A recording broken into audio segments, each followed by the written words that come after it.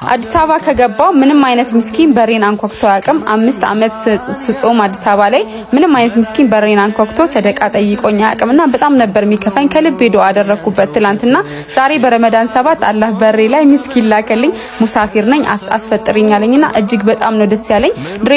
ድሬዳዋ ስንኖር በቃ ምስኪኖች አፍጥር ሰዓት አካባቢ ሁሉንም በር ያንኳኳሉ፣ ሰደቃ ይጠይቃሉ። ሁሉም ደግሞ አልহামዱሊላህ በረመዳን ትርፍርፍ ስለሚል ሁሉ ነገር በረካ ስላለው ሁሉም መስጠት ይፈልጋል። ሁሉም ከየቤቱ ያለውን ይሰጣል።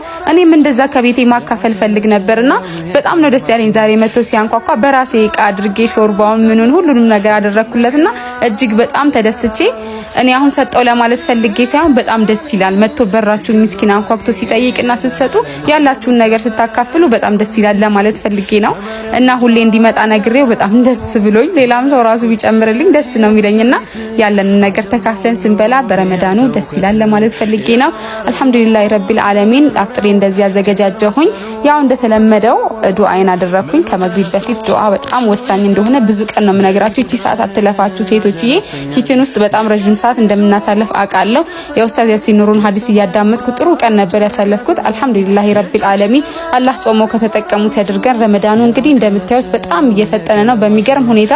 7 ቀን ጾመናልና አላህ ጾሞ ከተጠቀሙት ያድርገን። ይሄንን አፍጥሬ ላይ ያዘጋጀሁትን ክቡን ቴብል በጣም ብዙዎቻችሁ እየጠየቃችሁ ነበር፣ አስገብተንላችኋል። እንዲሁም ኮርነር ላይ ያረኩት ጨረቃ፣ ይሄ ኮርኒስ ላይ ያደረኩት ጨረቃና ኮከቡ ዲም ላይቱ መስገጃ ማስቀመጫ ሁሉም እኛ ሱቅ ላይ ስለምታገኙት መታችሁ መግዛት ትችላላችሁ።